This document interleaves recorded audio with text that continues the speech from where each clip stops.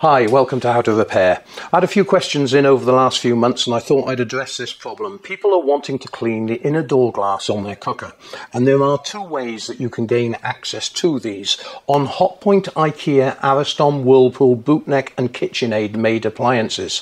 Now, there is either a couple of buttons that you have to press. There's a plastic trim that runs along the top here, and you either press two buttons on the top and the plastic will come away.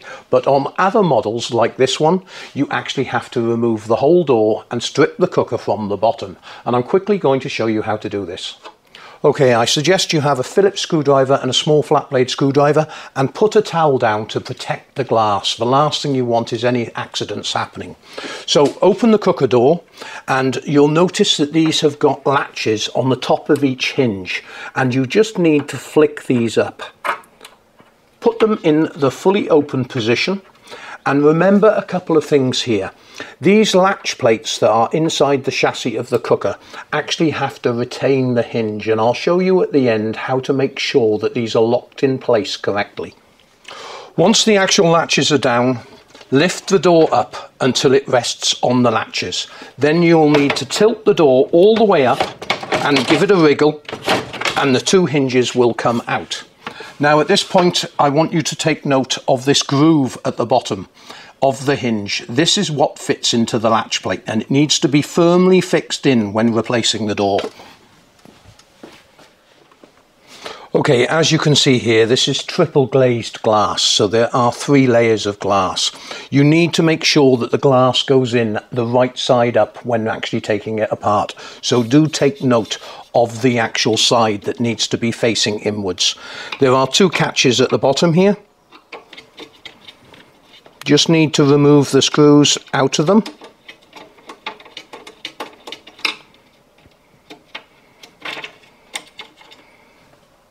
That's the catch, and they are sided, so they are 2 different parts.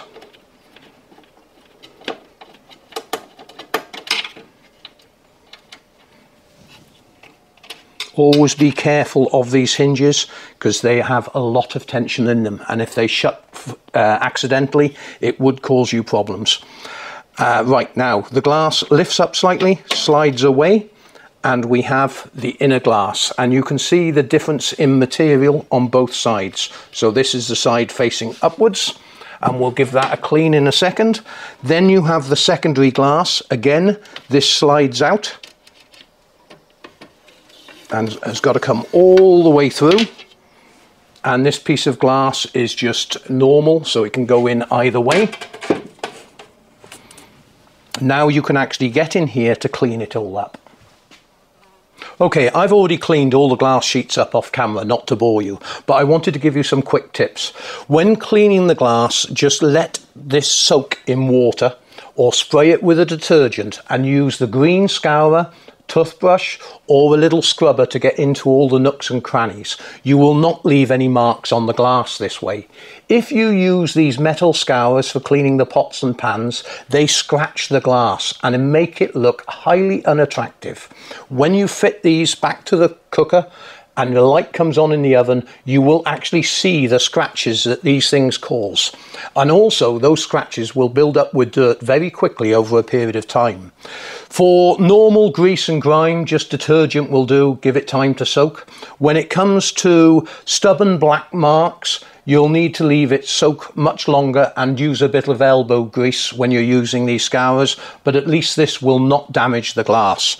When it comes to real stubborn or very dirty ones, I use an oven cleaner or oven mate, and I use a toothbrush to go around all the edges.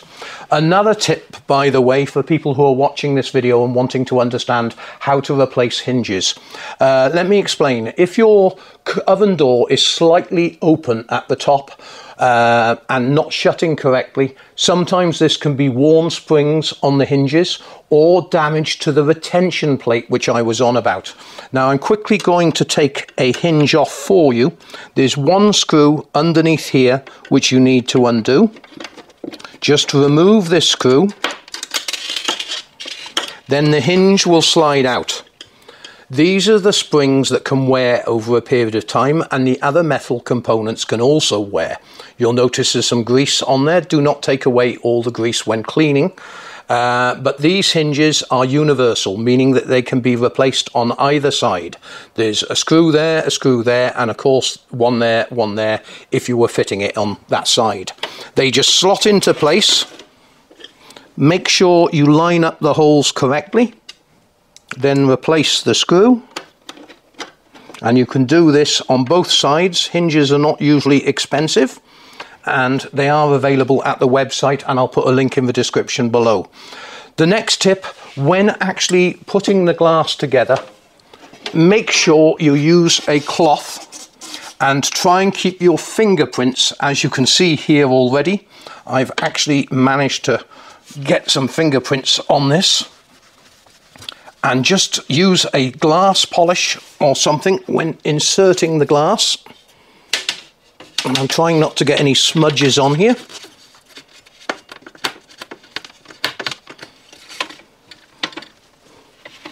And I use a mirror glass cleaner. Just give it a couple of dabs, just to take away your fingerprints, because when that light comes on in the oven, you will be amazed how many things you actually see. Now we can put the main glass on.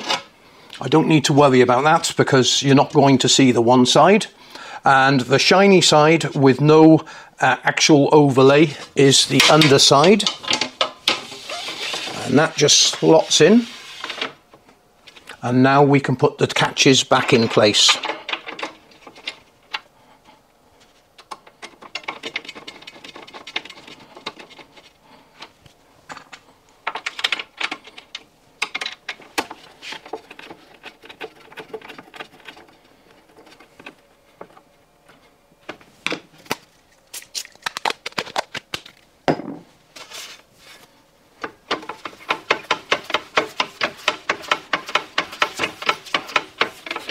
You can see already, I don't know if this will come up on camera, but someone previously has cleaned this door before, and you can actually see some small scratches on the glass. And that is ready for reinserting. Okay, putting the oven door on, line up your hinges, tilt it right up to about 30-degree angle, slot them in, and let it come down.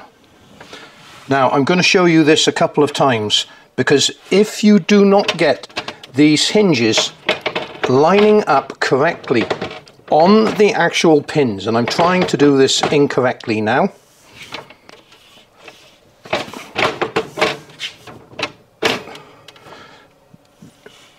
this hinge over here has not gone down completely in the groove.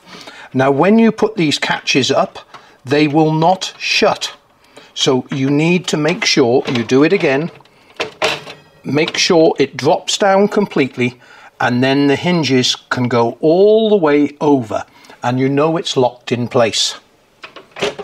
Keep hold of the cooker door while you open and shut a couple of times to make sure that they're all locked in place correctly. And there you go, your oven door glass clean again, ready for you to actually cook, and you'll be able to see what's going on in the oven. Remember, if you need any parts for your cooker, use your full model number off the identification plate, as this is needed to get the correct parts for your cooker. Whether you need oven door hinges, door seal, or any other component in the oven like an element, always use your full model number.